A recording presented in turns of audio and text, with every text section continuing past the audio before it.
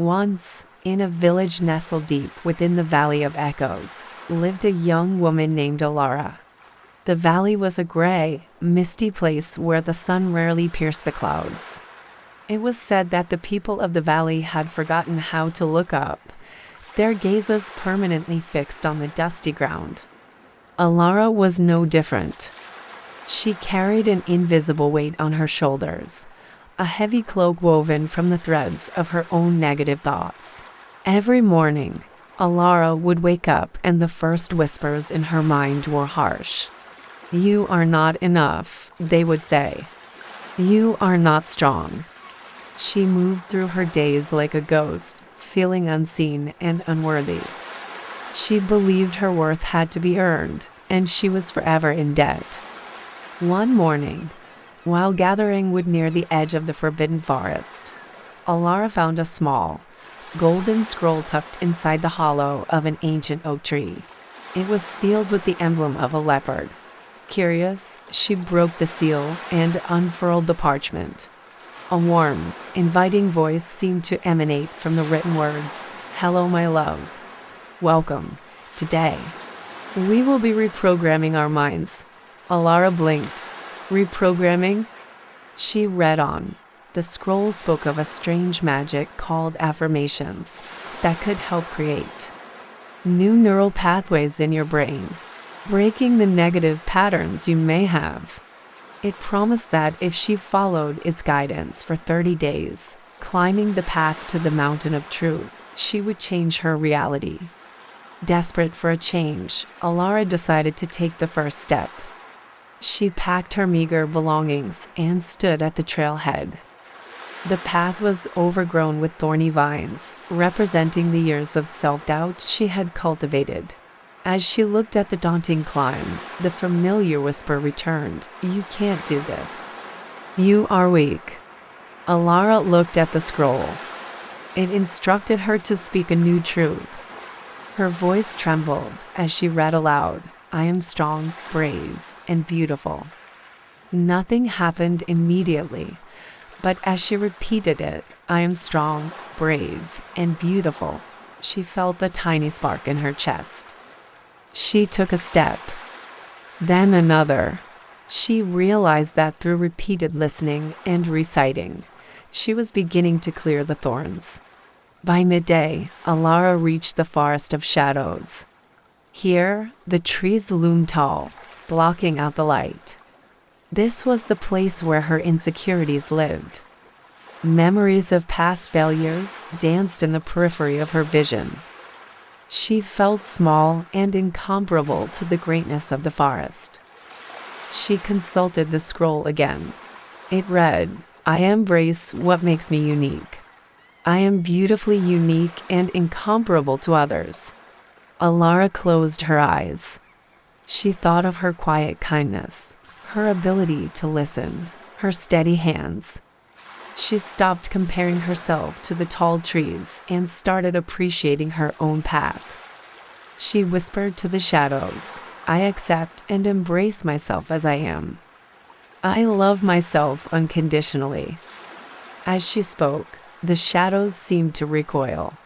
A shaft of sunlight pierced the canopy, illuminating the path ahead. She realized that she had the power to protect her own peace. "I respect my energy and protect it with love," she declared to the dark forest. "I prioritize myself and my well-being." With every step, she felt lighter, as if the heavy cloak she wore was unraveling thread by thread. On the 10th day of her journey, Alara arrived at a rushing river. She was thirsty and tired. She knelt by the water, cupping it in her hands. It was cool and sweet. In the past, she might have worried about the water running out, or whether she deserved to drink from such a pristine source. But the scroll had a new lesson for her: gratitude. "I am grateful for the abundance flowing into my life," she recited, watching the endless flow of the water. She looked at the berry bushes lining the bank. "I am grateful for the food that nourishes my body." She sat by the riverbank and breathed in the fresh mountain air. I am grateful for the sun, the air, the earth, she sang out, her voice growing stronger. She realized that abundance wasn't just about gold or possessions. It was about the presence of life. I am grateful for the simple moments that bring me joy, she thought, watching a butterfly land on a flower. For the first time in her life, Alara felt rich. She realized she had everything I need within me to succeed. She was no longer a beggar in her own life, she was a participant in its glory. The final leg of the journey was the hardest. The air grew thin, and the path became steep and rocky. Alara's legs burned. She slipped and scraped her knee. Tears stung her eyes. The old voice tried one last time to scream, "Give up. This is too hard." Alara sat on a rock, clutching the scroll. She read the words intended for this exact moment. I am grateful for the challenges that lead to growth. She stared at the scrape on her knee. It was a sign of her effort. It was proof she was climbing. She stood up, wiping her tears. I believe in my inner strength, she shouted into the wind. I trust myself and my intuition. She didn't just walk, she climbed with ferocity. She realized she was a force. She was resilient. She looked back at how far she had climbed from the gray valley below. I am proud of how far I've come, she whispered, filled with a new emotion, pride. On the 30th day, Alara reached the peak. There, standing beneath the open sky, was not a temple of gold, but a simple, still pool of water, nature's mirror.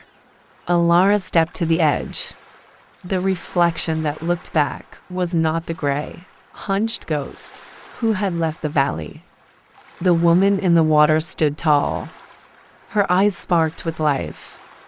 Her skin glowed with health and the sun. She looked at her reflection and spoke the final truth from the scroll. The one she had struggled with the most in the beginning. I am radiant. I am beautiful. She pressed her hand to her heart. My worth is innate and cannot be taken away. She realized that she didn't need the mountain to be worthy. She didn't need the scroll anymore. The power had been in her repetition, her choice to change her story day after day. She had built a new mind, a new reality. I am ready to thrive as my highest self, she declared to the horizon. I have the power to create my dream life. Alara descended the mountain, but she did not go back to the grayness. She brought the sun with her. When she walked through the village, people turned to look not because she was shouting, but because she was shining. She had become a lighthouse, and when others asked her how she found the light, she simply smiled, handed them a pen, and told them to start writing a new story.